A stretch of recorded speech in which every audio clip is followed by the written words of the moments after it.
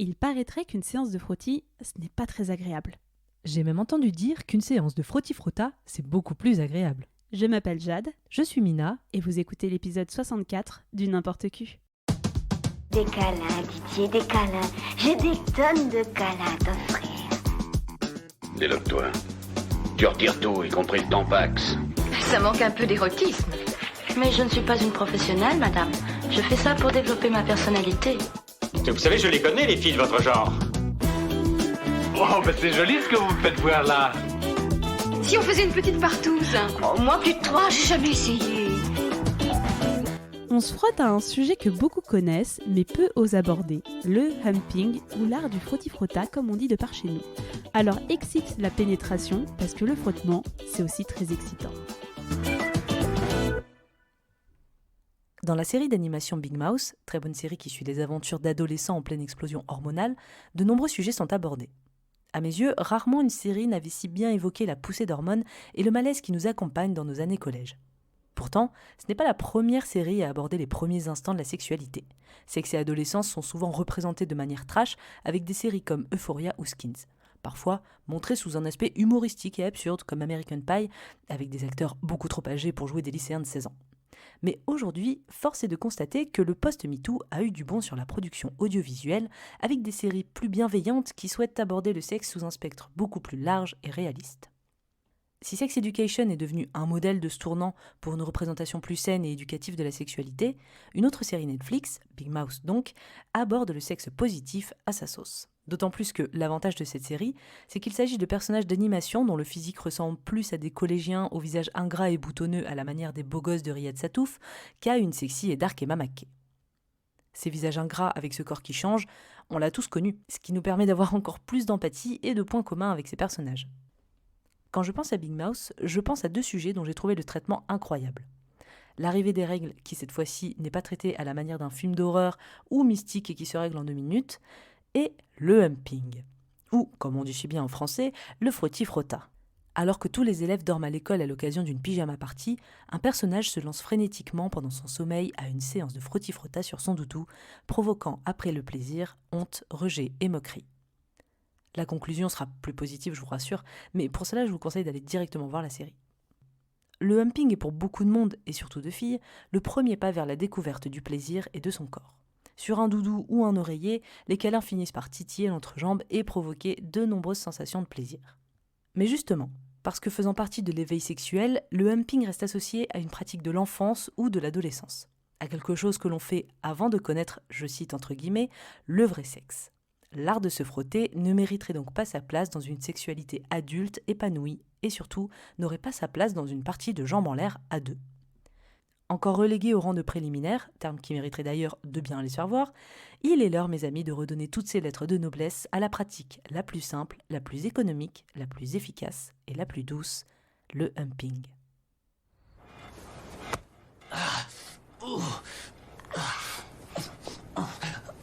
Oh, je fais comme si je te niquais à Oh, fond. fais comme si tu me défonçais à fond, Scott. Arrête de parler. Oh. Oh. Je suis pas loin. Ne bouge pas. Ça vient. J'y suis presque. Un peu de patience. C'est imminent. Là. Prête? Ouais. Arrête de parler. Ah ouais. J'y suis presque.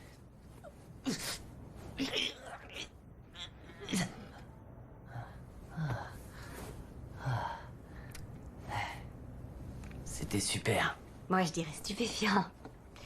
Bon, maintenant, je vais te laisser. Je veux pas que les élèves me voient sortir de ta chambre. Ouais. Ah, dis donc. On fait un si beau duo. Mais la prochaine fois, on peut faire comme si, mais tout nu et pour de vrai. Je parie que j'adorerais ça. Avant de parler de nos visionnages, Jade, est-ce que tu veux nous expliquer ce qu'est le humping ? Mais oui, avec grand plaisir. Tout d'abord, le humping, c'est l'art tout simplement de prendre vos organes génitaux, que vous soyez un homme ou une femme ou un autre genre, peu importe, et vous les frottez sur un objet plus ou moins contondant, plus ou moins mou, plus ou moins dur, pour vous satisfaire jusqu'à vous faire jouir. Mais il y a également le dry hump, Mina. Le dry hump qui est le humping version sèche, comme on dit si on veut une traduction littérale anglaise, c'est de faire exactement la même chose, donc se frotter les organes sexuels mais à travers des vêtements et en fait pas de contact direct avec la peau. Sachant que finalement, le vêtement peut carrément être l'objet du humping. Et ça, c'est vachement chouette. C'est vachement chouette. Et pour l'étymologie du mot, humping vient de hump qui veut dire boss en anglais, donc je vous laisse imaginer sur quoi on peut humper. Même to hump, c'est aussi une expression anglaise qui est très courante pour se dire se taper quelqu'un ou baiser, enfin vraiment le terme faire l'amour de manière un petit peu crue. Et en France, on aura un peu tendance à appeler ça finalement le frotti-frotta. Je crois qu'il n'y a pas forcément de terme, on a vraiment gardé l'étymologie, le mot humping pour pouvoir le définir, mais sinon c'est ce qu'on appelle de manière générale faire frotti-frotta très grossièrement. Moi en tout cas quand je cherchais des articles, tous les articles disaient en mode c'est rigolo, c'est sexuel. Et sachez aussi que humping en anglais, ou en tout cas to hump, c'est aussi utilisé pour définir les chiens quand ils vont se frotter contre la jambe de leur humain. Ah oui, genre pour laisser les odeurs? Bah je pense, je sais pas pourquoi ils feraient ça et autrement. Les chats aussi? Je sais pas, j'ai juste vu les chiens. Je t'ai pas assez renseignée. Et nous avons divisé nos visionnages en 3 catégories et on va commencer par parler du humping chez les femmes. Parce que oui, la plupart du temps, messieurs peut-être que vous l'ignorez, mais quand on commence à se masturber chez les femmes, on le voit beaucoup à travers les œuvres audiovisuelles, c'est souvent du doigtage ou du pommeau de douche la plupart du temps.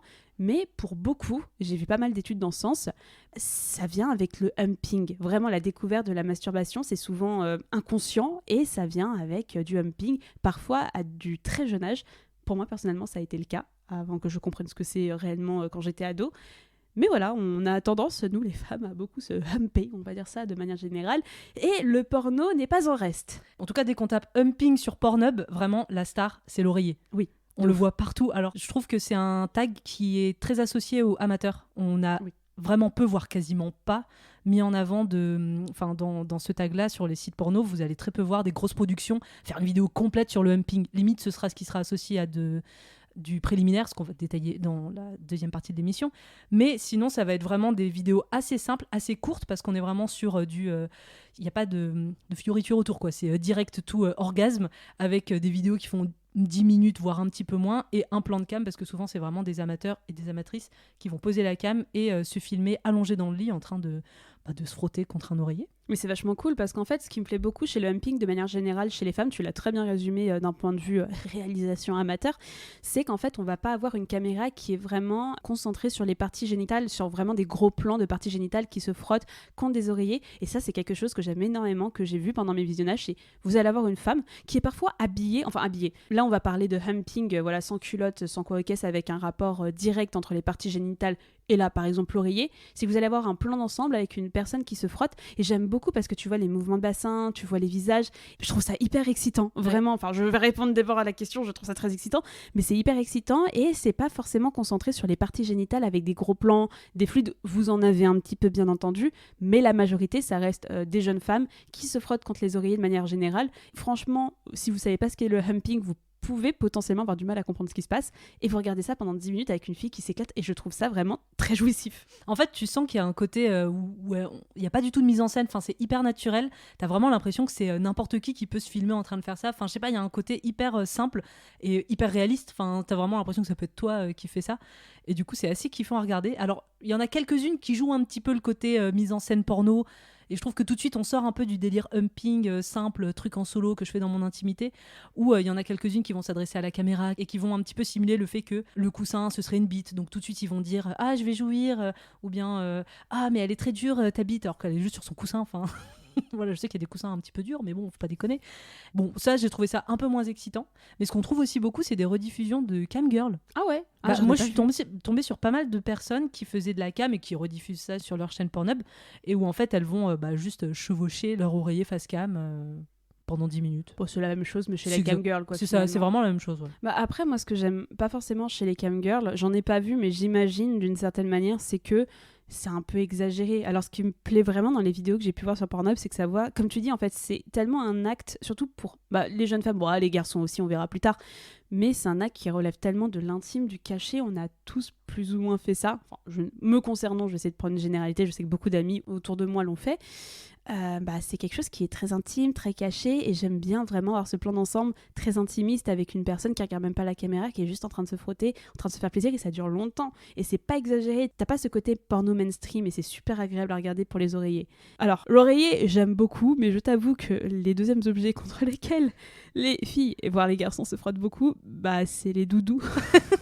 Le teddy bear. C'est même pas que le teddy bear, c'est vraiment, il y avait des doudous et tout ça.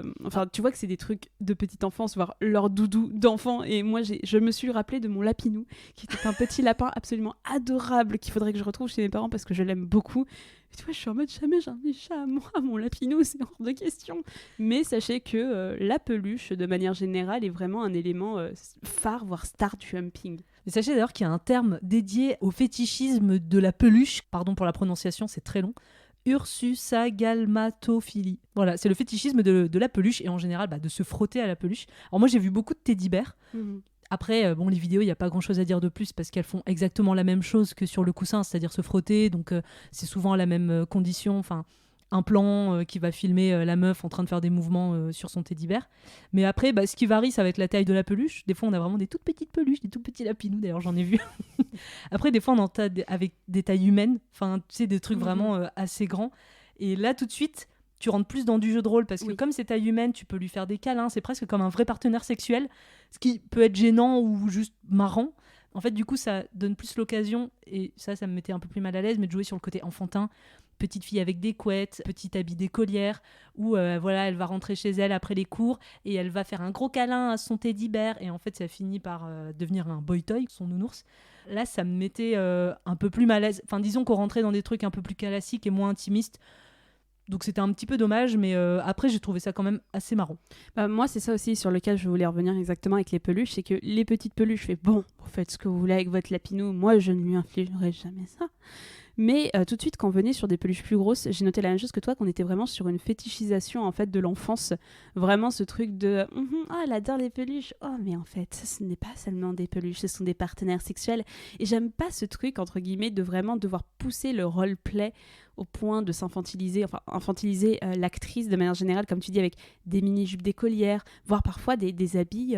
Un petit pied enfant, ça veut dire des habits très colorés, des longs t-shirts, avec des filles qui ont vraiment un corps très frêle, qui vont se déshabiller complètement. Ça me met très mal à l'aise. Mais ça, ce sera sans doute le sujet d'un autre épisode, de parler de l'agisme et du traitement de l'âge dans la pornographie. Mais c'est vrai que tout de suite, quand on avait ces grosses peluches, vous tombiez sur des filles qui réagissaient comme des gamines, même dans leur comportement, et ça passait tout de suite cringe, comme tu dis, on perd ce côté intimiste de c'est pas naturel, et en plus ça fétichise un peu du mineur, donc du mineur, il n'y a pas de mineur, mais... la mise en scène, ce qui est dommage parce qu'en vrai juste se frotter sur un gros nounours, moi je trouve ça marrant.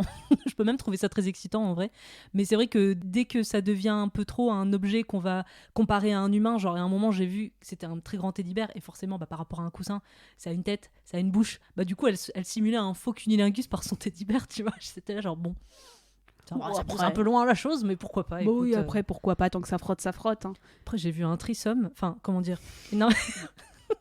J'ai vu une meuf qui se filmait en train de se faire double péné, non, parce que c'était frotti-frotta, entre son teddy bear et un nounours dino derrière, voilà. Ah.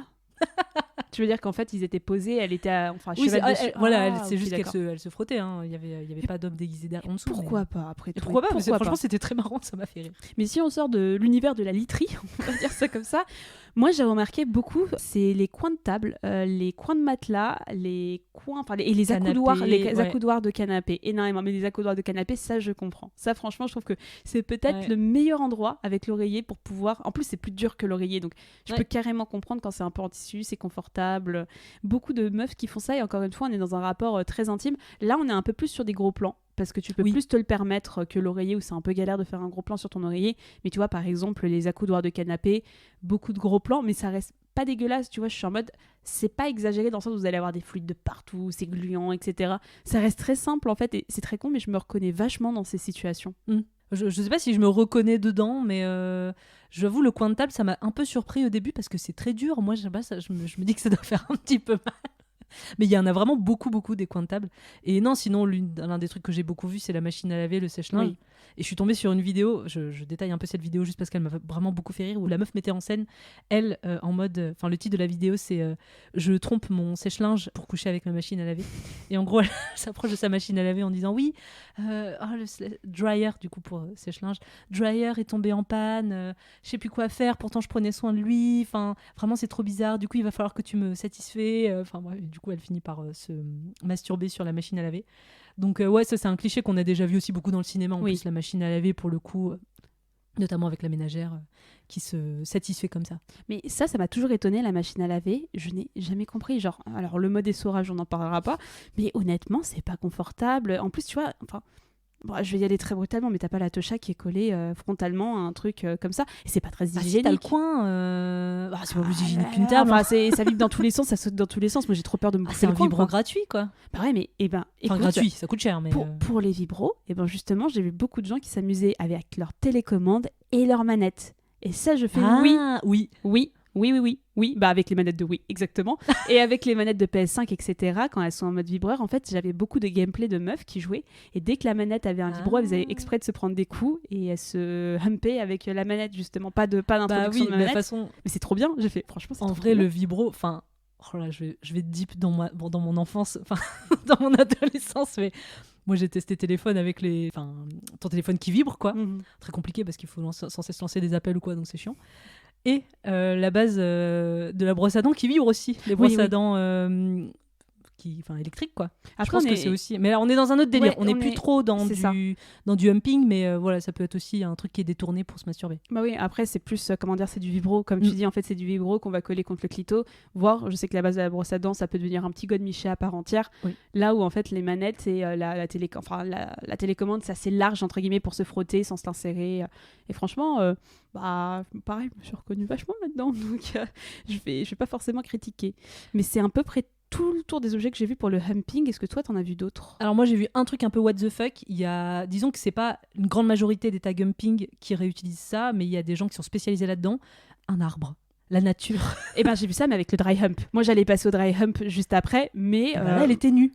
Oh non, parce que moi, j'ai cherché, justement, quand j'ai vu ça, j'ai fait, mais non, ils sont habillés. Bah si. Et du coup, après, elle se filme, parce qu'il y a aussi un délire avec le humping, c'est de voir l'excitation à travers les traces que tu laisses sur les objets. Oui. Notamment, du coup, les coussins. Alors, sans aller dans des délires de femme fontaine et de squirting, parce qu'il y en a aussi beaucoup qui jouent là-dessus, mais juste de voir un petit peu la trace de mouille, et donc un petit peu une représentation du plaisir et de la jouissance.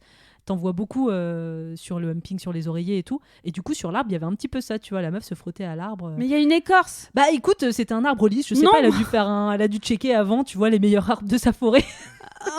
C'était un peu bizarre, mais j'ai remarqué que toutes les vidéos de sa chaîne, c'était vraiment un fétichisme je pense, un mélange d'exhibition et de fétichisme de la nature. Mais j'ai vu, je sais de quelle chaîne tu parles, parce que moi aussi, ça m'a interpellée quand j'ai vu une meuf à califourchon sur un tronc d'arbre, forcément, ça m'a interpellée. J'ai vu que des vidéos d'elle où elle était habillée. Donc, je passais dans le dry hump et j'étais en mode, bon, de manière générale, ça me rassure de voir qu'elle est habillée. Mais si tu me dis qu'elle était nue, il y a de l'écorce, ça colle, il y a peut-être de la mousse, il y a des champignons, ce n'est absolument pas hygiénique. Merde, ça m'a... non, mais surtout, ça doit faire mal, parce que tu me dis, toi, déjà, que le coin de table te choque, mais ça te choque pas. Non, bah si, j'ai pas dit que ça m'a pas choqué. Ça t'a choqué, disons que j'étais un peu en mode... et en fait, bon, je sais pas, ça m'a pas choqué après, parce que je me suis rendu compte qu'elle avait pas l'air d'avoir mal, et que c'était pas non plus une vidéo de fétichisation de la douleur, ou de trucs un peu sadomaso, donc... Je sais pas, peut-être qu'elle avait pas mal ou qu'elle a une très bonne résistance.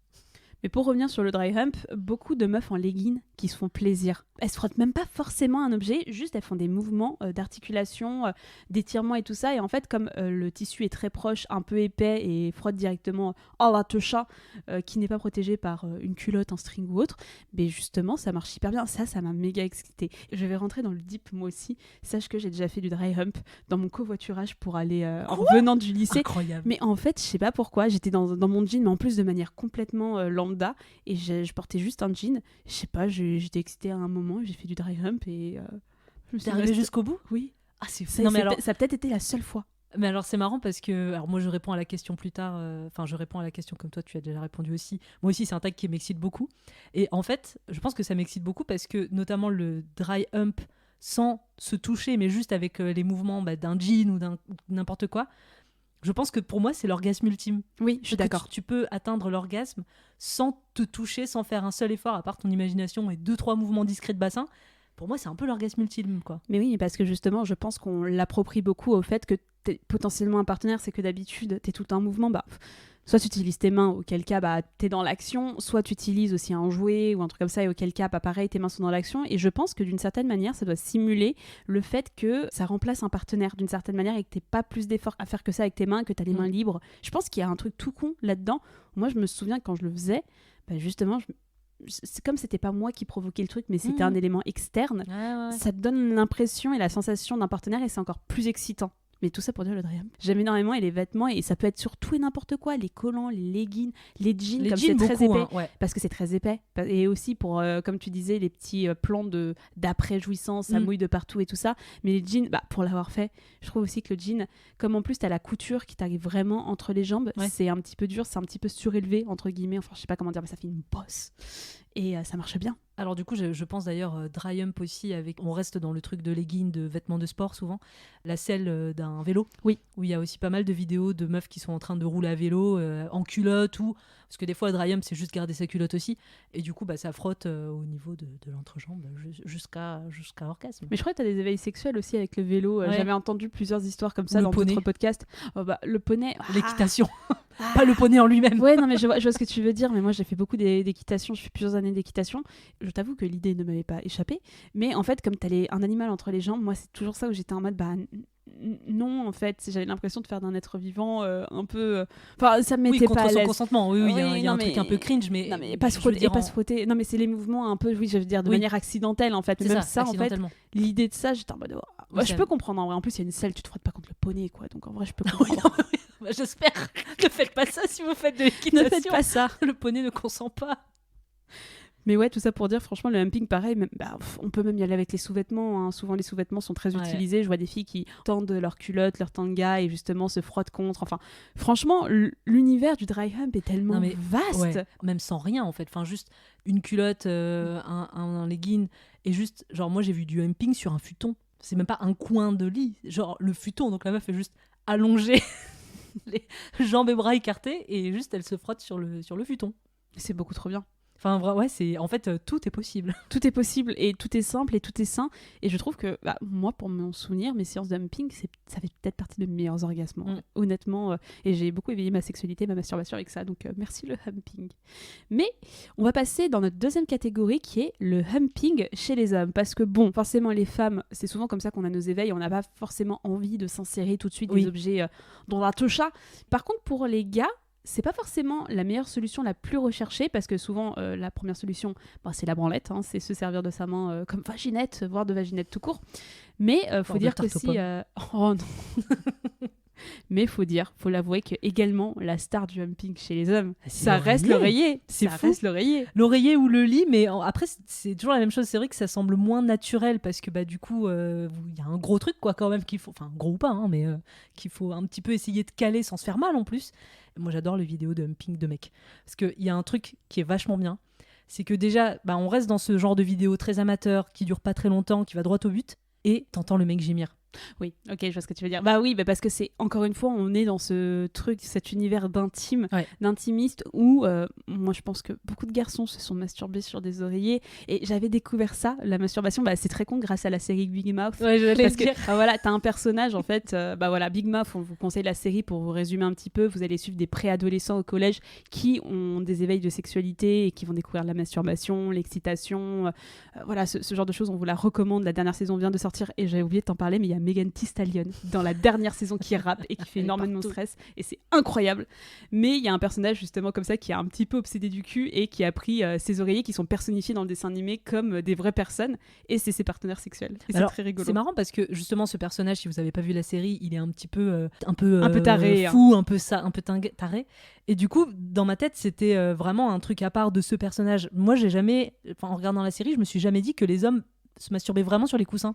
Donc messieurs, si c'est le cas, dites-nous sur Instagram, parce que vraiment moi je me pose la question, est-ce que vraiment l'oreiller fait partie pour vous d'une découverte de votre sexualité, tu penses ? Mais je pense qu'en fait Ce qui est moins évident avec le humping pour les hommes, c'est que, comme je te disais en début de catégorie, les femmes, on va pas tout de suite s'introduire quelque chose dans l'intoucha parce que c'est quelque chose de délicat. On a notre hymen pour la plupart d'entre nous, pas toutes. C'est quand même un sacré acte d'introduire quelque chose. On n'a pas tout de suite de sextoy, donc on va pas introduire n'importe quoi. C'est un peu particulier. Pour les hommes, il y a tout de suite cette notion de branlette, entre guillemets, et de simulation, entre guillemets, de pénétration avec la main. Mais il n'y a pas forcément cette notion de tout simplement se frotter. Je trouve que c'est pas forcément quelque chose qui est naturellement sexuel pour un garçon. Ouais. Tu vois ce que je veux dire ? En plus, tu vois, quand on parle de humping d'oreiller sur Pornhub avec les mecs, on parle pas de mec qui va prendre l'oreiller pour le plier autour de sa bite. Enfin, il y en a quelques-unes, mais en fait, on parle vraiment de gars qui vont poser leur sexe direct sur l'oreiller et qui vont frotter. Donc, tu as quand même la moitié de ton sexe qui est, qui est à l'air libre. Donc, c'est vraiment juste une zone que tu frottes. Alors, je n'en doute pas que c'est très excitant, mais il n'y a pas du tout cet effet où on va simuler la pénétration en enroulant l'oreiller sur le pénis. Donc c'est vrai que c'est un petit peu surprenant. Et c'est super con parce que vraiment, quand on regarde le porno de manière générale, et surtout le porno mainstream, le humping pour un homme, ça vient de manière hyper logique. On va en parler dans une troisième catégorie juste après. Mais vraiment, juste se frotter la queue, je sais pas, contre les fesses, contre les seins de sa partenaire, etc. Mais ça fait partie des préliminaires, qu'on considère pour beaucoup comme des préliminaires, voire du sexe sans pénétration. C'est quelque chose qui est plutôt classique avec une partenaire, mais pas classique dans l'éveil ni dans la masturbation. C'est ça qui est plutôt contradictoire. Après, hors oreiller, on retombe aussi sur ces sous-vêtements en tant qu'objet masturbatoire. Enfin, le nombre de vidéos de mecs, alors très souvent on est sur des gars qui ont des chaînes solo et qui sont vraiment spécialisés dans ce genre de trucs. Le nombre de vidéos de mecs qui éjaculent dans leurs caleçons sans se toucher non plus, donc juste avec des mouvements de bassin pour faire frotter le pénis sur le slip, le caleçon ou le pantalon, il y en a vraiment énormément. Et ce qui est assez marrant, c'est que du coup, le but aussi, c'est de voir le sperme tacher en fait ce vêtement. Mais il y a vraiment ce délire sur le coming with no hands. Enfin, c'est limite un challenge, quoi. Mais ça me semble plus naturel aussi chez un garçon de faire ça parce que vraiment, déjà, quand t'as la gaule, t'as vraiment ta top qui est toute serrée dans tes vêtements et je fais, mais allez-y, messieurs, l'univers vous envoie des signes, frottez-vous contre votre jean. Franchement, je me dis, pour un garçon, ça doit être encore plus simple que pour une fille parce que vraiment, il suffit que t'aies mis un pantalon un peu étroit ou serré et c'est t'y part, hein, franchement, toutes les conditions sont réunies pour que tu te fasses plaisir en bonne et due forme. Bon, ça tâche à la fin. Mais vraiment, je me dis, c'est pas compliqué en vrai. Comme tu dis, juste un caleçon un peu serré, un jean et c'est fini. Juste vraiment, ces sensations de humping, tu peux les avoir hyper facilement en étant un homme. Mais après, franchement, on retourne sur les mêmes objets quasiment utilisés que pour le humping avec la femme, à part les coins de table. Hein. Ce sera un peu compliqué, je pense, un coin de table. Machine à laver, j'ai pas vu non plus, mais il doit y en avoir quelques-unes. Et je suis quand même tombée sur un mec avec un arbre. Oh non. Oui, laissez les arbres tranquilles, ils n'ont pas sauf donné que là, leur au lieu consentement. que le tronc d'arbre soit allongé, il était debout, donc il y avait un espèce même de on aurait presque dit que l'arbre était une personne, tu vois, qui prenait en levrette ou quoi. Enfin, il y avait ce truc où, comme l'arbre est debout et qu'il se frotte dessus, on dirait vraiment qu'il est en train de baiser l'arbre. Très bien, c'est noté. Je vais essayer d'imaginer ça et de l'oublier, de le mettre dans la clique droit corbeille de ma tête. Mais il n'y a pas plus d'objets, comme tu disais, particuliers en fait, qui vont distinguer le humping chez un homme que chez une femme. C'est souvent les mêmes objets. Et comme on est dans un rapport en l'intime, finalement, le lit et l'oreiller, ça semble être le plus logique, le plus agréable pour pouvoir faire ce genre de choses. Les vêtements, bien entendu. Mais il n'y a pas un objet star chez les hommes qui ne serait pas chez les femmes. On a même moins de choses chez les hommes que chez les femmes. Et d'ailleurs, sachez que quand on dit humping, avec vêtements ou sans vêtements, c'est sans lubrifiant aussi. Oui, c'est vrai. La plupart, il n'y a pas de lubrifiant, donc c'est vrai que ça peut être un peu déroutant au début. On peut avoir peur que ça fasse mal, surtout quand c'est contre un arbre. Mais même contre l'oreiller ou contre ses caleçons, il n'y a pas de lubrifiant qui est posé en général. C'est vraiment le humping en général, c'est sans lubrifiant. Autant pour une meuf, j'ai envie de te dire, on mouille. Oui, ça peut donc paraître ça, naturel. c'est bon, ça va le faire. Mais c'est vrai que pour un homme... après, si, t'as du liquide préséminal aussi que tu peux avoir, après, ça lubrifie pas non plus de ouf, quoi, le liquide de préséminal. Autant pour une meuf, c'est vrai que ça a plus de logique. Autant pour un homme, tu vas pas la frotter ta bistouquette n'importe où. Je peux comprendre dans ce sens-là. Et on va passer à la troisième et dernière catégorie de nos visionnages, tout simplement le humping à deux. Ou à plus parfois, que j'ai pu voir. Donc ça va juste consister à avoir deux partenaires qui vont, pour moi, pratiquer non plus du humping, mais du sexe sans pénétration jusqu'à l'orgasme, la jouissance ou l'éjaculation. Là, ce que j'ai trouvé un peu intéressant dans cette catégorie, c'est qu'on jouait un petit peu aussi sur l'aspect domination féminine. En fait, ça va être surtout le sexe masculin qui va être mis en avant. Enfin, du coup, on se retrouve avec un humping à deux, mais c'est quand même plus l'homme qu'on va mettre en avant en termes d'excitation. Et ça va être beaucoup l'homme allongé avec ses habits et la femme qui va comme un lap dance, un petit peu se frotter à lui au niveau de l'entrejambe et en bougeant les hanches. Et on retourne dans une catégorie qu'on a déjà explorée par le passé, qui est le massage. Finalement, en fait, beaucoup de vidéos, on vous recommande notre émission sur le massage, qui est vraiment top. Vraiment, moi, j'ai retrouvé beaucoup ce genre de pratique dans le massage, mais c'est vrai que dans la plupart des vidéos de massage, ça passe comme un préliminaire, mais il y a quand même une bonne partie de ces vidéos où c'est vraiment l'entièreté de l'acte, c'est du humping et du sexe sans pénétration. Et on voit beaucoup aussi de roleplay, je trouve. Comme du coup, on rentre plus avec des vidéos à 2 personnes et d'hétérosexualité, on a pas mal de roleplay, et notamment de roleplay en termes de séances de sport. Parce que, encore une fois, le yoga pants et le pantalon de sport, c'est vraiment un gros fétichisme dans la pornographie. Du coup, là, on va avoir un petit peu plus de mise en scène avec un coach qui va aider la femme à faire des positions de yoga et « Oh, viens, je vais t'aider » et « Oh, oups, mon entrejambe se retrouve collée au tien, au niveau de ta tête. Ah mince !» Et du coup, ça va faire du humping. Alors, j'ai mis en toute innocence, mais pas tant que ça, parce que ça finit par, en fait, une vraie séance de sexe où ils vont juste se frotter pendant 10 minutes. Mais moi, je trouve ça assez excitant quand même de voir les gens en fait, faire l'amour sans jamais montrer un seul organe génitaux. Je trouve ça assez fou. Et après, tu as même des vidéos très basiques où ça va être pendant 10 minutes, les gens vont enchaîner des positions classiques de sexe, mais habillés. Genre, ils vont faire des levrettes, mais vraiment, genre, des levrettes un peu hard, quoi, tu vois. Mais il y a ça, tu sais, c'est dans quel film ? Il y a ça dans Bad Teacher avec Cameron Diaz, où en gros, vous avez Cameron Diaz qui joue une prof un peu rebelle, un peu qui en a rien à foutre, qui arrive un peu là par hasard, et elle tombe amoureuse d'un autre prof qui est joué par Justin Timberlake, d'ailleurs, et elle réussit à le pécho, et en fait, je crois que le mec, il est vachement pieux dans mes souvenirs, et vous avez une scène de sexe en dry hump où il la prend en levrette tout habillée. Elle est drôle, cette scène, elle est vraiment drôle. Donc oui, ça a été représenté dans un film, j'ai eu le flash tout d'un coup, mais je trouve ça fou. Et aussi, ce que j'ai beaucoup vu, qui ne peut pas être dans un humping en solo, c'est le humping du mec qui va en fait se frotter dans les sous-vêtements de la meuf. Ça veut dire que la meuf porte sa culotte, et le mec va juste glisser sa teub entre la culotte et la tosha de la nana, et il va aller se frotter. Je trouve ça tellement je trouve ça c'est incroyable. Hyper excitant. C'est trop excitant, honnêtement, et c'est trop bien de voir vraiment en fait que le partenaire devient un coin de canapé ou un oreiller à lui tout seul, quoi. Honnêtement, autant pour un homme c'est un peu plus logique, vous avez déjà du humping entre les fesses, contre la vulve, vous avez beaucoup de massages. Bon, souvent en gros plan. Moi, j'en ai vu beaucoup au gros plan et au bout d'un moment, j'en avais marre de voir des gros plans de frotta comme ça. Vous avez entre les seins, enfin vraiment, vous en avez dans tous les sens et c'est trop bien, quoi. C'est vraiment même les femmes qui vont se frotter, qui vont s'asseoir sur les genoux de leur partenaire, qui vont se frotter contre les genoux, les cuisses. Oh, c'est trop bien. Franchement, je trouve ça mais c'est trop bien. C'est simple, c'est efficace. T'as pas besoin d'aller dans d'extrêmes. Je pense que ce qui nous fait plaisir dans cette catégorie aussi, c'est on va pas dans des extrêmes. On n'a pas du boom boom, on n'a pas du gonzo, on n'a pas. Ça a l'air sain, en fait. C'est une catégorie qui paraît saine. Oui, c'est ça. Et c'est pas surjoué aussi. C'est, tu vois, moi, j'ai rarement vu quasiment pas vu, j'en ai pas en tête, des vidéos où les gens vraiment, ça se sentait qu'ils faisaient semblant de gémir, de jouir, etc. Là, tu sens que ça monte petit à petit. Je trouve ça mais hyper sain, en fait, comme tag. J'aime beaucoup. Pour rester sur le côté un petit peu domination féminine, ça se joue aussi beaucoup avec le dry humping. Mais souvent, on a du dry humping, il y en a seulement un qui est dry et l'autre qui est nu. C'est ce qu'on appelle le CFNM, le Clothed Female and Nude Man. Donc, femme habillée et homme nu. Donc là, on est quand même sur un côté très domination, voire humiliation d'une personne qui est complètement nue quand toi, tu as le pouvoir, tu es habillée et tu vas jouer à te frotter contre son sexe et jusqu'à le faire jouir. Et ça, il y en a quand même pas mal. Et c'est toujours avec des meufs qui sont bien moulées dans des leggings et des mecs qui vont en général se frotter sur les fesses. On reste sur les mêmes zones. Les mêmes zones. Et on va passer à la seconde partie de l'émission avec le premier point, le humping ou la découverte du plaisir. Première manière de se masturber, entre guillemets inconsciente, point d'interrogation.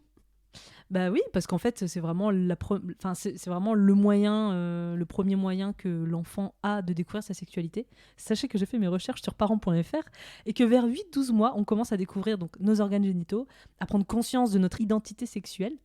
Et la pratique de la masturbation apparaît en moyenne autour, j'ai vu, de 20 mois, mais un peu surtout vers 2, 3, 4 ans. Et en général, c'est une découverte totalement par hasard, en se frontant sur un jouet, sur un coussin, sur une chaise. Et en fait, c'est complètement naturel pour les enfants. En fait, on y passe quasiment tous. Alors, on l'oublie, on s'en souvient pas forcément. Mais ça peut revenir aussi au niveau de l'adolescence. Moi, je repense toujours à cette scène de Big Mouth, donc, qui est une série animée disponible sur Netflix, qui va parler de la sexualité, de la découverte de la sexualité, de plein de thèmes différents, des règles et compagnie.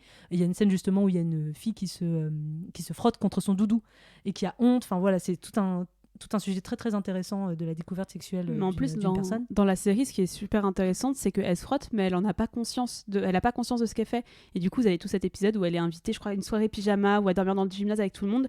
Et elle le fait au milieu de tout le monde parce qu'elle se rend pas compte. C'est ça qui est hyper intéressant dans cet épisode. De toute façon, c'est ça, à partir de 3-4 ans, quand tu commences à te frotter parce que tu sens que ça te fait du bien, tu découvres un truc, ça te déstresse, ça te permet de t'endormir, enfin il y a plein de trucs qui peuvent découler de ça. Bah, c'est pas fait pour se faire du plaisir sexuellement, t'en as pas conscience du tout de ça, mais c'est juste que ça te fait du bien et du coup bah tu le fais. Mais t'as quand même cette notion, c'est fou parce que tu vois, toi honnêtement, t'en as déjà fait du humping quand t'étais jeune, voire enfant. Quand j'étais ou pas jeune, oui, alors quand j'avais 4 ans, je m'en souviens pas, mais oui, quand j'étais plus jeune, ouais, je Vers pense 10 ans, quoi, ouais, à c'est peu ça, près, ouais. 8-10 ans, moi aussi j'en faisais. Et on faisait ça, mais on n'avait pas ce réflexe d'aller en parler. Tu vois, moi, c'est ça qui m'étonne aussi, c'est que jamais t'as été dire « Papa, maman, regardez, j'ai découvert une nouvelle manière de me déstresser. » Tu vois, il y a toujours eu ce rapport, je sais pas pourquoi, je saurais pas te l'expliquer me concernant, mais c'est pas quelque chose qu'on a partagé. Moi, j'avais cette impression d'intime, j'avais cette impression de défendu. Bah, après, on frotte quand même on frotte la vulve. On sait que c'est une partie intime. Enfin, a priori, nos parents nous ont appris que c'était une partie intime qui concernait que nous, que voilà, fallait pas faire montrer ça c'est en public. Donc, tu vois, je pense qu'il y a ce côté-là où, même si on t'a pas dit que ce que t'étais en train de faire, c'est-à-dire te frotter sur ton teddy bear, faut le faire en cachette, bah, tu sais que ça concerne une zone qui est privée, que tu dois pas montrer. Donc, je pense que de là, tu fais le lien et tu te dis que ça reste qu'à toi. Oui, je vois ce que tu veux dire. Mais c'est vrai que c'est vachement inconscient et moi j'étais faire mes recherches pas mal, j'étais sur des forums un petit peu à droite à gauche, dans plein de forums de plein de sites différents pour voir des témoignages, mais des centaines de personnes, des centaines de jeunes filles qui disent que leur première manière de se masturber, c'était du humping sur l'oreiller, sur le matelas, sur un coin de couette, etc. C'est ouf. vraiment fou, c'est quelque chose qui est très peu dit. Je trouve que le humping comme première manière de masturbation, c'est très rarement évoqué dans les documentaires, dans les films. C'est pour ça que Big Mouth, moi, m'avait vraiment Choqué bluffé dans le bon sens. bluffé. Ouais. Même, je pense, alors j'ai pas vu tout, mais dans Sex Education, je me souviens pas dans la première saison avoir vu de humping. J'ai pas vu les autres, mais je me souviens plus. pas. Je me souviens que c'était du doigtage pour la plupart du temps quand on me parlait de masturbation. Mais même le humping, c'est quelque chose qui était pas évoqué. Peut-être que je me trompe, vous me direz sur Insta si jamais c'est le cas, parce que cette série me saoule. Mais très clairement, le humping, c'est quelque chose qui est très démocratisé, qui est beaucoup pratiqué, même en tant qu'adulte, et que finalement est peu discuté ou est peu mis en avant, voire je pense que peut-être vous ne saviez pas avant d'écouter cette émission que cette pratique avait un nom et qu'elle était autant répandue peut-être. Alors justement, en parlant de forums, autres forums où il y avait d'autres discussions sur le sujet, c'est les parents en panique qui ont par hasard vu leur enfant en train de se faire plaisir dans son coin et ils sont paniqués parce qu'en fait c'est quand même dingue parce qu'on parle d'un sujet tabou, parce qu'on parle de sexualité, forcément parler de sexualité en famille c'est toujours un petit peu gênant, d'autant plus quand ça concerne des enfants, mais en fait c'est quand même un truc primordial, parler de sexualité avec ses enfants et de leur inculquer des bonnes valeurs et voilà de faire un petit peu d'éducation sur le sujet. Et en fait c'est tellement tabou que il y a plein de gens qui savent pas que un enfant peut se masturber, se frotter et se faire plaisir très très jeune. Et en fait, c'est grave parce que c'est quand même hyper important. Je pense que c'est là aussi qu'on te doit t'inculquer quelques bases sur l'intimité, le plaisir, tu vois, les trucs un peu. Et je trouve que c'est assez fou que ça soit tellement tabou qu'on en vient à oublier ce sujet hyper important avec nos enfants, quoi. Qui est la masturbation, et que la masturbation est infantile s'ils ont envie de le faire et si ça leur fait du bien.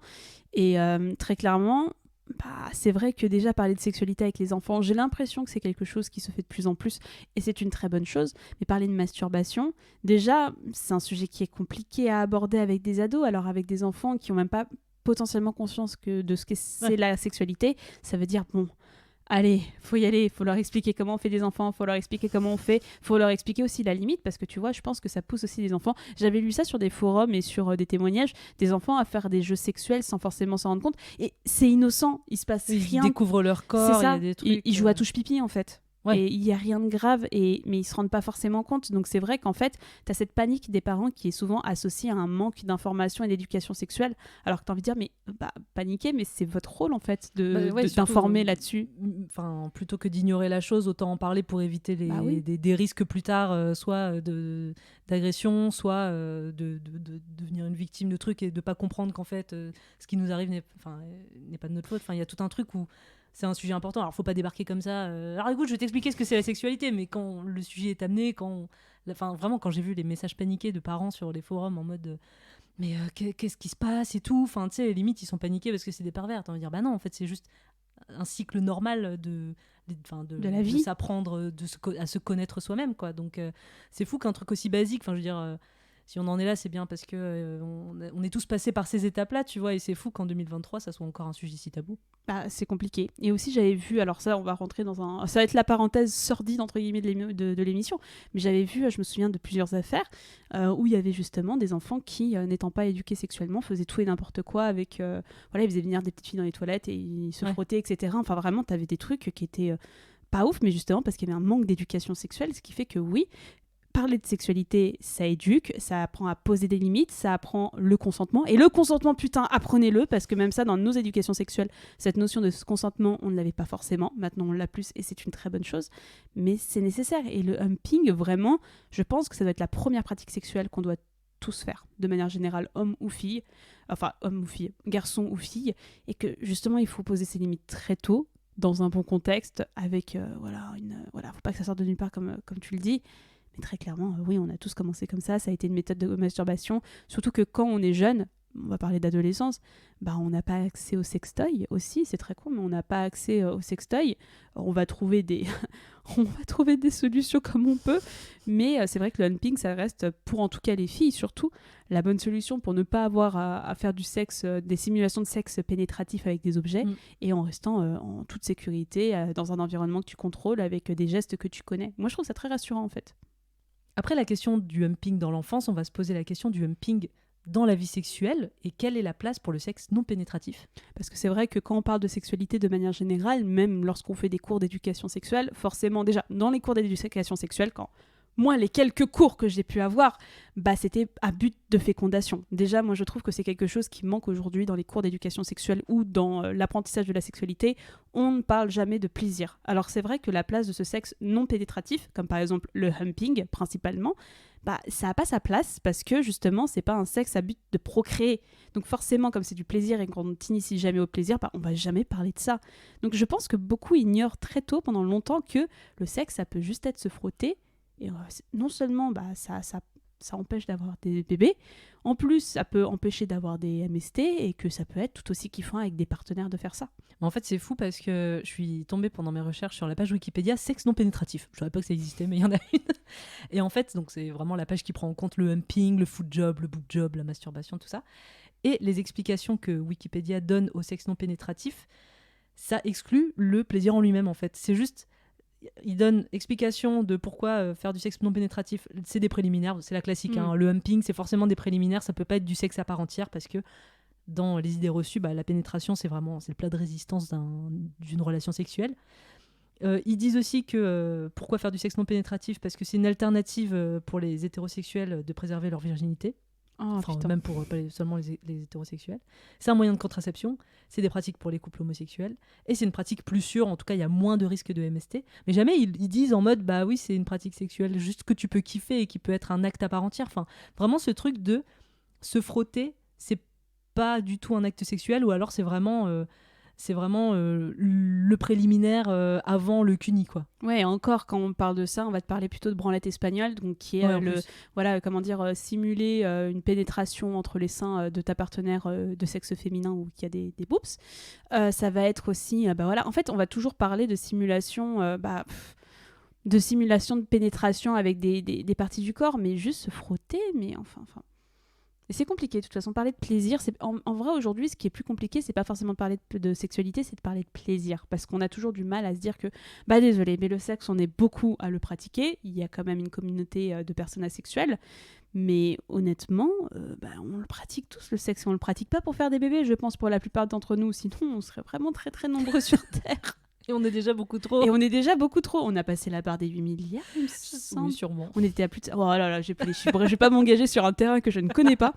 Mais tout ça pour dire, en fait, mais moi, ça me choque aussi de voir que à chaque fois, le humping, moi, très souvent, ce que j'avais vu sur les forums, c'était des jeunes filles qui s'exprimaient sur ce sujet en disant, moi, je le fais comme ça, je suis toujours vierge et ça m'empêche de tomber enceinte. Et tu fais, mais c'est cool aussi, dites-le que c'est très très cool. Après, s'ils le font, c'est bien que c'est cool. Non, c'est bien. Oui, ouais, c'est ça en fait. Ça induit forcément qu'il y a du plaisir derrière, mais juste pourquoi ça doit être juste une alternative au vrai sexe entre guillemets ou au vrai plaisir. Enfin non, ça peut être juste kiffant de se frotter.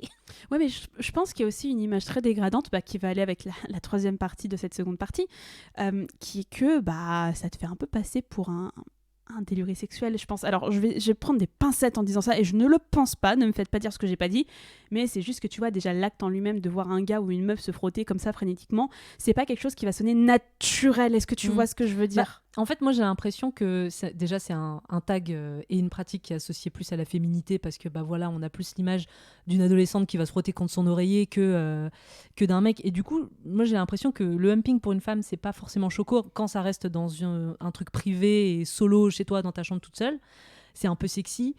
Mais le humping chez les hommes, par contre, on le voit pas du tout. On le considère même pas comme possible, j'ai l'impression. Enfin, les vidéos, ça existe, mais dans la vie hors porno, j'ai l'impression que c'est quand même considéré comme inexistant.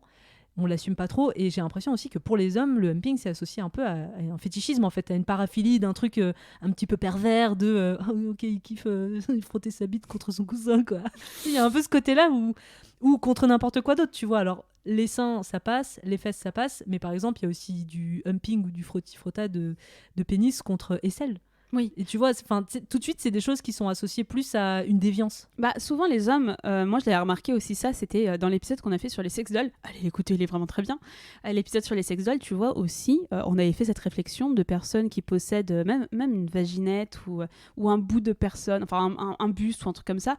C'était considéré comme une déviance à part entière. Et t'as envie de dire, il y a peut-être un moment où il faudrait aussi dédramatiser le fait que les hommes aussi ont le droit à leur sexualité et que la sexualité, en tout cas de manière masturbatoire, elle se résume pas juste à la branlette. Donc, c'est ça. Non, mais moi, je trouve ça vachement cool, cette alternative du dry hump. Après, t'as souvent en fait ce genre de choses dans la culture pop, mais ça va être des accidents de gars qui ont la gaule, qui sont très excités et tout d'un coup ils jouissent. Mais en fait, on va pas dire que c'est le frottement qui fait jouir. Ouais. On va dire il y a eu un élément externe, déclencheur. Il a vu une belle meuf, il a eu un fantasme dans sa tête, un truc comme ça. Et il joue dans son pantalon. Mais on va jamais te dire que c'est l'acte en fait qui soit tout compressé dans son pantalon, qui se frotte, qui fait qu'il jouit. En fait, c'est vrai que c'est aussi à nous, entre guillemets, de prendre du recul, parce que pour les meufs, on se dit c'est ok de l'avoir se branler contre un coin de table, contre un coin de canapé, contre sa machine à laver, et le mec, on l'autorise quoi, juste à être excité et à atteindre l'orgasme quand il peut pénétrer un truc. Enfin, du coup, c'est aussi à nous de prendre du recul et de se dire non, en fait, c'est ok que le gars puisse s'exciter et atteindre l'orgasme juste en frottant son sexe contre un truc dur ou pas. Mais ouais, après, j'allais dire, c'est même dans l'étymologie du truc, il y a un truc qui est très associé à la femme, c'est que humping, ça vient de hump ça veut dire boss, enfin tout de suite ça veut dire se frotter à quelque chose qui a un mont, qui est surélevé.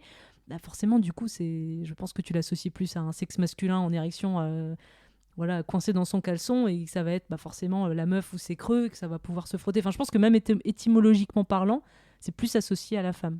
Et je pense aussi qu'il y a cette notion de femme où déjà la femme est érotisée, peu importe l'acte sexuel qu'elle fait, et se frotter, je pense qu'il y a beaucoup d'hommes qui rêveraient qu'une femme se frotte sur leurs genoux, sur leurs jeans, mais je pense qu'aussi il y a cette notion de femme dans le sens où c'est du sexe non pénétratif, donc c'est pas si honteux que ça. Tu vois ce que je veux dire? Parce que souvent, l'acte de se masturber avec un dildo, avec un rabbit ou quoi, ok, c'est pas forcément très très bien vu, très perçu. Tout de suite, la femme devient délurée, elle a un gros appétit sexuel.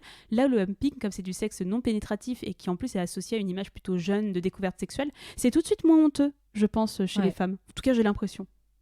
Ouais, carrément. Surtout, même les sextoys, je pense que ça fait un petit peu peur. Par exemple, les sextoys, tout de suite, où t'as un gros god que tu dois t'enfoncer, que, en fait, il y a plein de sextoys qui marchent où c'est juste un vibro ou un galet que tu frottes sur toi. Enfin, du coup, tout de suite, c'est associé à la féminité, alors qu'en vrai, je veux dire, n'importe qui peut se frotter contre un truc avec le consentement. Alors, de l'objet inanimé, pas forcément, mais si c'est votre cheval ou votre partenaire, il faut son consentement. Demandez l'opinion du poney. Mais du coup, je veux dire, tout le monde a le droit de se frotter et ça peut être excitant, quoi. Donc, messieurs, humper, c'est tout ce qu'on a à dire. Avec consentement. Avec consentement, parce que troisième point, on va vous parler d'une petite problématique, parce que je pense que c'est la raison aussi pour laquelle le humping chez les hommes est vu assez négativement. Ça va être le cas des frotteurs. Et peut-être, mesdames, si vous habitez dans une grande métropole, vous avez déjà expérimenté cette mésaventure. Moi, ça m'est arrivé une fois. Ah ouais? Ouais, une fois dans le métro. Et en fait, comment vous dire, les frotteurs, si vous ne connaissez pas et que vous vivez dans une petite métropole, ça arrive la plupart du temps dans les transports en commun. On va citer les bus, métro, de manière générale. Les concerts aussi, les endroits en fait où il y a beaucoup de monde regroupé et où compressé. promiscuité et compressée entre plein de gens. Et moi, ça m'est arrivé dans le métro. Non, ça m'est arrivé dans un bus. Oui, ok, je me souviens. Ça m'est arrivé dans un bus et en gros, ça arrive souvent quand vous êtes en heure de pointe, vous êtes compressé parce qu'il y a plein de monde. Et en fait, comme vous êtes compressé, moi, je m'étais pas rendu compte. Je me suis rendu compte en sortant du wagon, en fait, il y avait rien du tout, mais c'est juste, en fait, en y réfléchissant, j'ai fait ah putain. Et en gros, comme il y a du mouvement, vous êtes dans les transports en commun, un bus, un métro, ça bouge, vous vous rendez pas forcément compte et vous laissez le bénéfice du doute et vous sentez un truc qui se frotte contre vos fesses. Enfin bref, ce sont des messieurs qui pour la profitent. Pour la plupart, les femmes, c'est vrai que j'ai cherché, j'ai pas trouvé. Il y en a, mais Il grande doit y en majorité trouver. des frotteurs, c'est des hommes, on va pas se mentir. Et c'est des hommes qui vont avoir la gaule et qui vont profiter en fait de ces rapprochements physiques un peu forcés dans les transports en commun ou dans autres lieux bondés pour se frotter la bistoflèque contre vos fesses, contre votre cuisse, voilà, contre tout ce qui peut. Et voilà, il y en a beaucoup qui malheureusement font ça et c'est plus commun qu'on ne le pense, particulièrement au Japon. Ouais. Et au Japon, ça s'appelle chicane apparemment, oui, je crois. C'est le chicane, exactement. Et je reviens du Japon, justement, il y a 2 mois, où, pour contrer un petit peu ça, comme les femmes peuvent se sentir pas forcément en sécurité, et je l'ai expérimenté, il y a des wagons seulement pour les femmes en heure de pointe. Il y a des wagons qui sont réservés pour dire ce wagon il est exclusivement féminin, parce qu'au Japon c'est un énorme problème. Et c'est trop bien parce que j'étais dans un wagon féminin justement, je reprenais le métro pour aller dans un endroit en heure de pointe, et vraiment il y a eu un homme qui est rentré par erreur, tu vois, enfin il avait pas, putain il s'est fait mal regarder. il est rentré un arrêt, il est ressorti direct après, quoi. Mais il s'en est pas rendu compte, tu vois, il y avait pas de mauvaise, c'était juste un mauvais calcul et ça doit arriver, comme en fait ça reste un wagon normal, mais c'est juste qu'à partir d'une certaine heure, faut que tu gardes en tête que ce wagon il est réservé aux femmes. Donc c'est quelque chose qui arrive beaucoup et je pense que la mauvaise image du humping chez les hommes, elle est très associée à ces problématiques de frotteurs. Ouais, c'est un truc qui... Je sais pas s'il y a des chiffres sur le nombre d'agressions. Alors, j'ai pas trouvé. C'est quelque chose, sachez, qui est considéré comme une agression sexuelle, donc c'est puni par la loi. C'est passible de 5 ans d'emprisonnement en France et de 75 000 € d'amende. J'ai vu que la première amende qui a été donnée à un homme pour cas de frottement, c'était 150 €. Parce qu'évidemment, il y a peu de femmes qui portent plainte parce que déjà, souvent, comme tu dis, il y a le bénéfice du doute. C'est-à-dire que tu peux sentir un peu à malaise, tu peux t'en rendre compte, mais tu sais pas, c'est peut-être toi qui invente, on est serré, il y a des trucs, tu peux pas trop bouger. Donc en fait, tu laisses le bénéfice du doute à la personne. Alors des fois ça va plus loin, il peut y avoir même éjaculation dans certains cas. Et d'ailleurs il y a une scène, il y a une trame narrative dans Sex Education là-dessus qui est vraiment pas mal, sur un cas de frotteur dans un bus. Et non, mais ça c'est un truc, il y en a beaucoup et je pense que c'est un truc qui existe depuis très longtemps mais qui a été très médiatisé il y a très peu de temps, il y a peut-être 5-6 ans. Oui, c'est ça. De toute façon, les cas d'agression sexuelle, c'est venu aussi avec MeToo. Je pense que tout ce qui était question de consentement, d'agression sexuelle, c'est vrai que le mouvement MeToo, à peu près c'était quoi, 2017-2018, dans ces eaux-là, a beaucoup bougé à faire participer, ouvrir leur gueule aux victimes qui ont été victimes d'agression sexuelle, donc sans forcément aller vers le viol ou vraiment une agression très violente. Rien que le frottement, on s'est rendu compte que sans le consentement, c'est important et que non, c'est non. Donc forcément, ça a un petit peu ouvert les consciences, ouvert la parole, mais je suis toujours choquée en fait qu'en France, c'est quand même un sujet dont on ne s'est pas énormément parlé, les frotteurs dans le métro, alors que putain, il y en a vraiment beaucoup. Moi, je pense que beaucoup de mes copines, en tout cas, ont eu à faire face à ça un jour. Et contrairement, je vais revenir sur mon expérience au Japon. Et au Japon, il y a vraiment des campagnes de sensibilisation. Il y a vraiment, c'est vraiment discuté, c'est vraiment, faut faire attention. Il y a plein de choses qui sont mises en place contre ça. En France, mais walou, quoi. C'est vraiment, il y a rien du tout. T'as même pas un papier dans le métro. T'as pas grand chose, quoi. Après, au Japon, j'ai l'impression que c'est un problème encore plus fort. D'ailleurs, que les frotteurs en France, il y en a pas mal. Mais je crois qu'au Japon, c'était vraiment un très très gros problème, genre vraiment très important.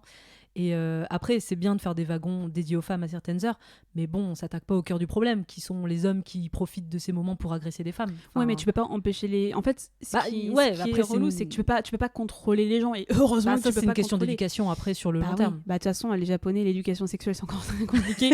Donc je pense que au moins c'est une alternative qui a été mise en place. Et je trouve qu'en tant que femme, au moins tu te sens en sécurité. Voilà, tu te sens en sécurité dans un wagon qui est dédié à ça. Et je trouve que ça ne règle pas le problème. Peut-être que c'est une solution détournée, mais au moins tu as une alternative où tu peux te sentir bien et tu peux éviter ce genre de choses, et je trouve que c'est déjà beaucoup.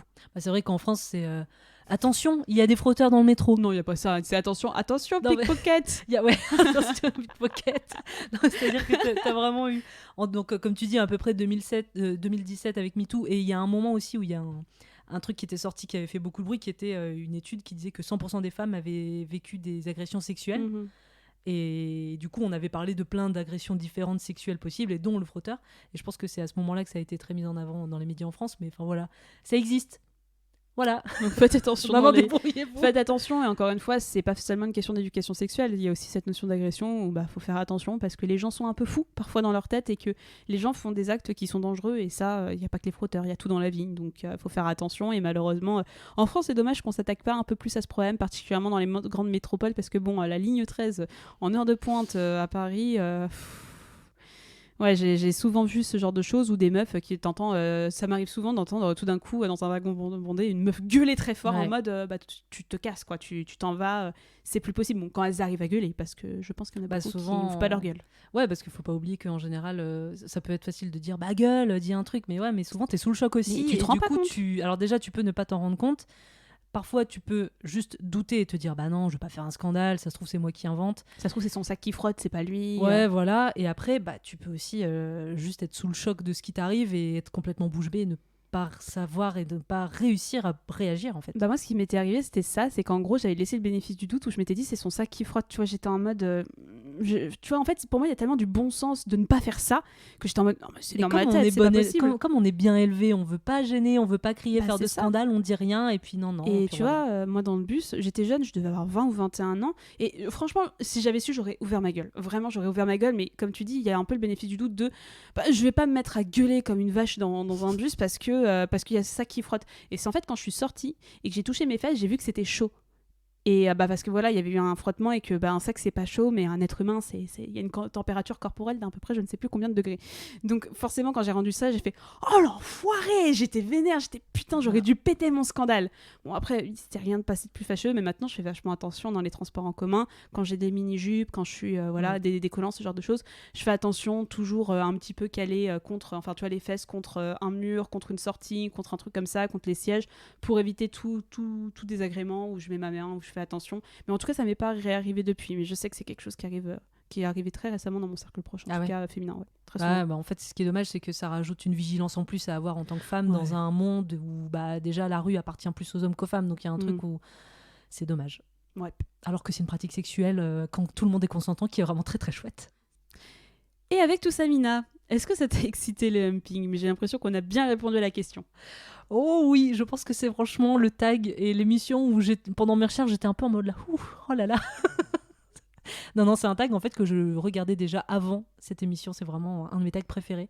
Donc j'aime beaucoup que ça soit les femmes en solo avec ou sans vêtements, les hommes en solo avec ou sans vêtements, les couples avec ou sans vêtements. Vraiment, je trouve que le monde du humping est très fascinant, très excitant, très simple, sans fioritures, sans trop de jeux de mise en scène gênante ou de jeux d'acteurs cringe et mauvais. C'est très naturel, c'est très excitant. Les mecs, on entend les gémissements et c'est quelque chose qui est très et trop rare dans le porno. Donc non, c'est vraiment un tag qui est bien, sauf quand ça concerne un arbre. Mais ou un poney. Ou un poney. Mais non, franchement, c'est un super tag que je trouve sain et qui est aussi une bonne porte d'entrée au porno si vous voulez... Si vous voulez ouvrir un site porno et que vous le faites jamais, que vous savez pas trop quoi regarder, franchement, tapez humping, vous êtes à peu près sûr de tomber sur des choses assez saines et plutôt excitantes.